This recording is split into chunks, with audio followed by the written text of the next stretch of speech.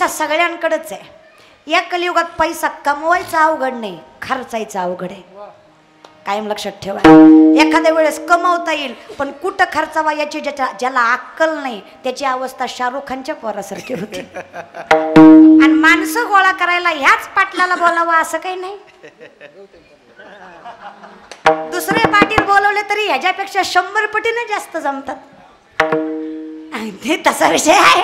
तर पाटील चांगले असावे एवढीच माझी विनंती. इतकी अवस्था बेकार झाली मायबाप. छत्रपती शिवरायांच्या विचारांनी जगणारी माणसं आम्ही, पण कधी कधी इतकं विचित्र वागतो ना. महाराज नवरात्र आहे म्हणून सांगते, बरेच पुरुष मंडळी कीर्तनाला आहेत, बहीण लेक म्हणून तुमच्या पायाला हात लावते, एकच वाक्य सांगते, आपली औलाद बाया वाचवणारी आहे, बाया नाचवणारी नाही. आपण त्या जातीमध्ये जन्मलो नाही.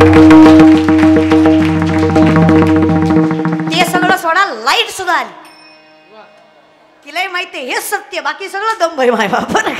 या विषयाकडं ताकद लक्षात घ्या. फार ताकद आहे माय बाप, फार. या नामचिंतना इतकी ताकद कशात नाही, त्याच्याशिवाय सत्य काही नाही. मग आम्ही विचारलं, देवा इतकं रागवायला, आई इतकं रागवायला काय झालं, माझ्या नवऱ्याला सिंहासन नाही. म्हणून तिने स्वतःच्या आत्मअग्नीमध्ये स्वतःला जाळून घ्यायचा प्रयत्न केला, सती मातेनं स्वतःच्या आत्मअग्नीमध्ये. आणि जाळून घेत असताना माझी पत्नी जळती हे नारद मुनीने देवाला सांगितलं. देव पळत पळत यावे, तोपर्यंत सतीचं जळून शरीर राख झालेलं आहे. महाराज हातामध्ये घ्यावी ती सती आणि निघावं कैलासाकडे, प्रत्येक ठिकाणी तिचे तुकडे पडावे. असे 2 शास्त्राच्या नियमानुसार काही शास्त्रांमध्ये 56 आणि काही शास्त्रामध्ये 108 असे तुकडे सांगितलेले आहेत. ताकद लक्षात घ्या. जिथं जिथं ते तुकडे पडले तिथं तिथं एक वेगळं नाव निर्माण झालं. मग जिथं नयन पडले तिथं नयना देवी झालं. अशा पद्धतीने अनेक मग असे नावं देवीचे तयार झाले. मी हे तुम्हाला का सांगते, आता देवीची नावं अनेक तयार झाली, मग देवी वेगळी आहे का? देवी एकच आहे. तसं आमच्यासाठी एक एक विठाबाई माझे पंढरीचे आई, भीमानी चंद्रभागा तुझ्या चरणीची गंगा, लाहो लागला लागला आंबेचा, लाग लागला लागला आंबेचा, लाहो लागला लागला आंबेचा, लाहो लागला लागला आंबेचा, लाहो लागला लागला आंबेचा, लाहो लागला लागला आंबेचा, लाहो लागला लागला आंबेचा. विठाबाई माऊलीचा लाहो लागला लाहो लागला लागला लागला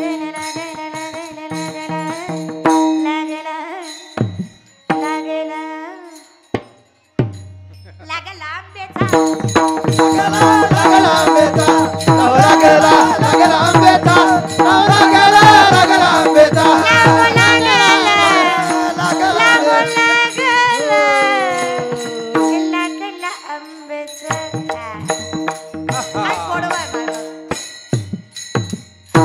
नदी निर्गुण प्रगटली भवानी, मोह महिषासुर मर्दनाला, विविध पापाची करावया धाडली, परंतु भक्ताचे पावसील वलाई.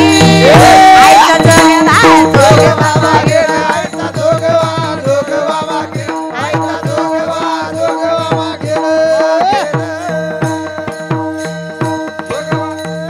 करी कृपा करी कृपा उजवी कुलदीपा, करी कृपा करी कृपा आई जगदंबा, करी कृपा सच्चिदानंद रूपा, करी कृपा करी कृपा करी कृपा. ही संतांची रचना नाही. तसं देवीचं नाम कसंही घ्या, काही तोटा नाही त्याच्यात. मला बी आवडतं. घ्या रे जमते काय.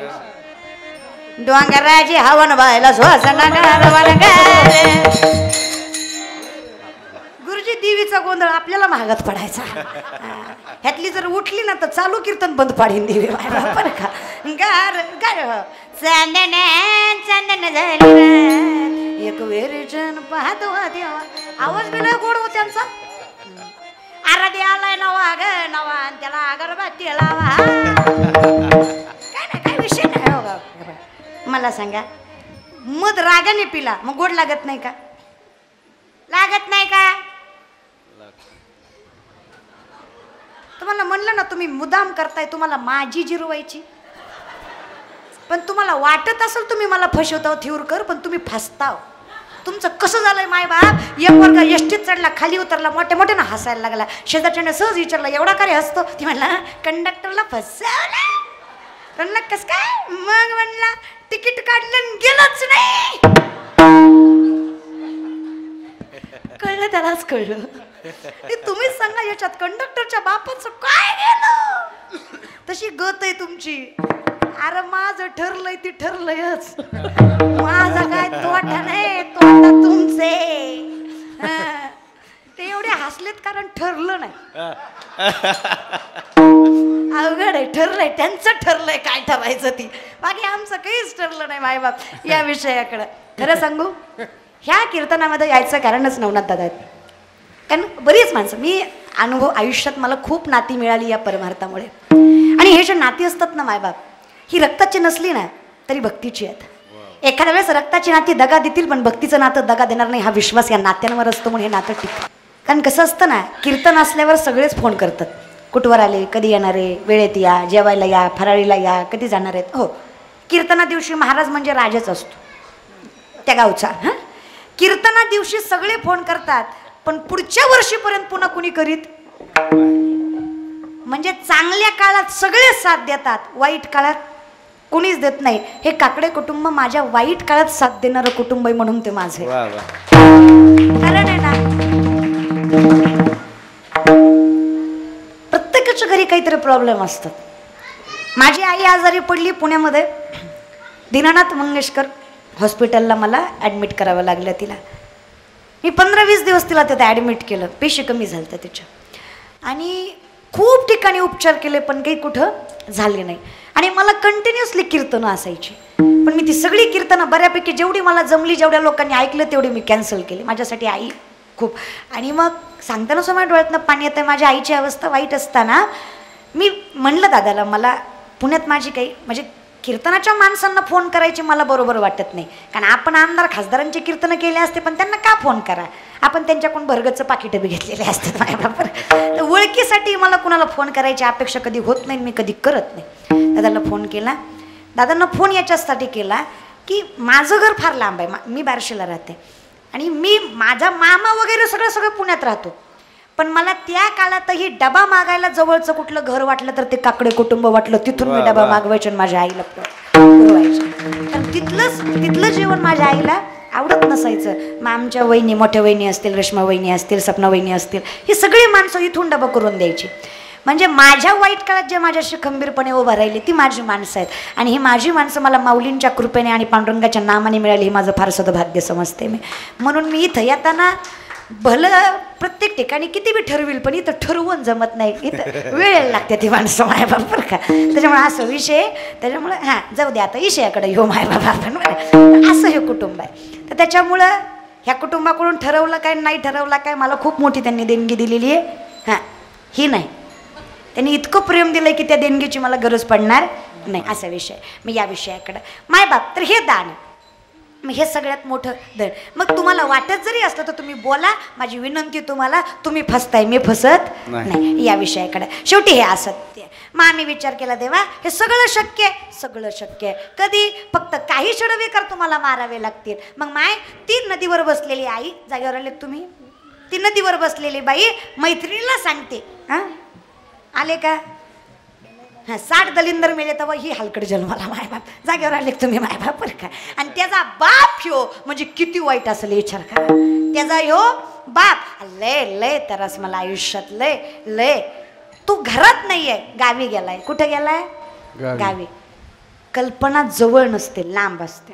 हां, तो लांब आहे, तो तिकडं गेलाय, तो तिकडंच खपू दे. सासरा माझा गावी गेला, तिकडच खपवी त्याला.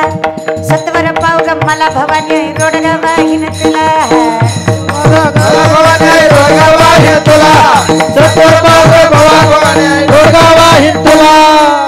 अगं बाई, पण एवढ्या साध्या भाषेत म्हणती देव पावल का? मध रागाने खाल्ला, गोड लागत नाही का? जागेवर आले का? मध रागाने खाल्ला, गोड लागतो का नाही? लागतो ना. बोला ना, लागतो ना, लागतो. विष प्रेमाने पिलं मग मरत नाही का? विषाला म्हणायचं माय किती गोड आहे, माय किती गुणाचे आहे, माय पिते माय, एकदा मरायचं नाही माय असं म्हणून प्यायचं. मरत नाही का? विष आहे त्याचं कामच आहे मारणं, मध आहे त्याचं कामच आहे गोडवा देणं. भगवंताचं नाम तुम्ही कसंही घ्या, त्याचं काम आहे पुण्य आणि समाधान देणं, ते देतच. नाथ बाबांच्या साध्या भाषेत म्हणा, नाहीतर वेदशास्त्रांच्या शंकराचार्यांच्या भाषेत, नाही तर व्यासमुनींच्या भाषेत म्हणा. चौवेदी जाणं साई शास्त्री, अटराई पुराण हरीच मुख्य माना. माय बाप लय भानगडीतच पडू नका. बाकी सगळी योग याग विधी नोय सिद्धी वायाची उपाधी, बाकी सगळं असत्य. मग आता सासरा मेला, बाकी काय तुझी तक्रार? अगे त्या सासरापेक्षा भांगर ती सासू आहे. ती सासरा गावात तरी असते, ही भेद घरातच असते. सासू माझी जात करीते, सासू